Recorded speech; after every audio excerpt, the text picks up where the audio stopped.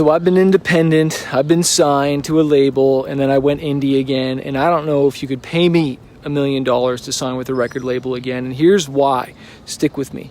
The only reason you want to sign with a label is because you want their leverage of their contacts, whether that's industry people like festivals, getting on tours with other artists, getting on radio stations because they have really good relationships with radio, and of course their wallets, okay? They got money and they got obviously a publicity team and whatnot. They got a team, okay? You're hiring the machine, all right, to give you money to pay for it. And ultimately, take the risk that we sometimes don't want to take, because I get it. It's scary sometimes taking a risk, putting your money to not only make the music, but then also to market it, okay? But you got to understand that comes with a cost, all right? And that comes generally between 75 and 80% of your income the label takes, okay? And then all of a sudden, like, just imagine, all of a sudden you go to your job and you're working. They give you a little bit of advance to go to your job, to work at your job. And then all of a sudden now you only get 20% of that. And that's, of course, after you recoup your expenses.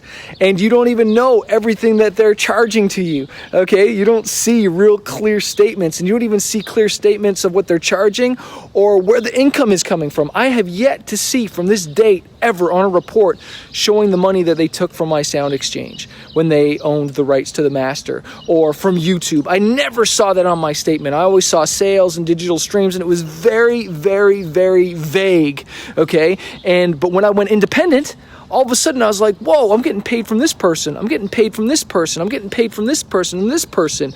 Obviously, I'm the one who had to put the risk up, though. I had to pay for the record this time. I had to pay for the music video, and I had to hire a radio promoter myself. All that I could do, okay? But then, he who risks more gets more reward. So, if the label is putting up a ton of risk and a ton of money to blow you up, because sometimes as artists, all of a sudden we have the control, we're scared to spend the $20, the $30, the $40,000 on one radio campaign single. And that's just for active rock. For top 40, we're talking like hundreds of thousands of dollars to get on top 40, okay? So, that's the thing. But when I have risked, and I did this with a radio campaign once, I saw the sales come in, and it more than paid for the radio campaign. So the labels aren't stupid, okay? The reason they're willing to risk, because they know if it does take off, they'll make their money. But this is the thing. Are you willing to invest as an independent artist yourself? And post below. Are you willing to take the risk? Put in the money, get out there, take the loan if you have to, work extra hours to put in there and risk on a single, and go all out with it, shoot the music video, hire the promoters, go on the tours, put all the effort in. Because this is the thing too, with labels, just because you sign, there's no guarantee, man. There's no guarantee. They're hustling, trying to get that spot and get that attention too. But the great thing that I love is social media. Social media, Instagram ads, Facebook ads has leveled the playing field, so I can sell records and spend money on Facebook and get in front of the same fans that the labels are.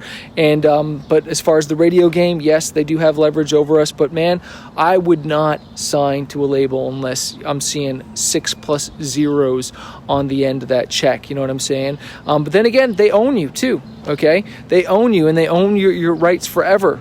And that word is called perpetuity. You will see it in your contract when your lawyer's looking at it. Ask them what that word perpetuity means. It means forever. They own you. But when you're independent, man, you can pass off your masters to your kids. And this is the other last thing I want to say is that we think short term too often. We think short term, only a year, 2 years. I've been doing this since 2001, so 18 years now. I've been releasing music. I know I look younger than that, but I've been doing this for a really long time, and I'm so glad I stayed in it, because the label had rights to my record, I think, for 5 and 7 years, and those 5 and 7 years went. And that's how I was able to realize, wow, look at all the money they were taking from me, okay? And now I'm able to live and have a successful music career only because I didn't quit, and I'm still willing to risk. So I want to challenge you to risk, to step out, no matter what the naysayers are saying, no matter what people are saying. Risk, get out there, learn, make mistakes, but just don't quit. Yes, it's hard, but guess what? The majority of people give up right when they're about to have their breakthrough. But if you don't give up and you don't quit, you can have that success too. Keep writing great songs, my friend. Leave a comment below. Let me know what your game plan is, whether you're trying to get signed or whether you're going to go the independent route. Wish you all the best.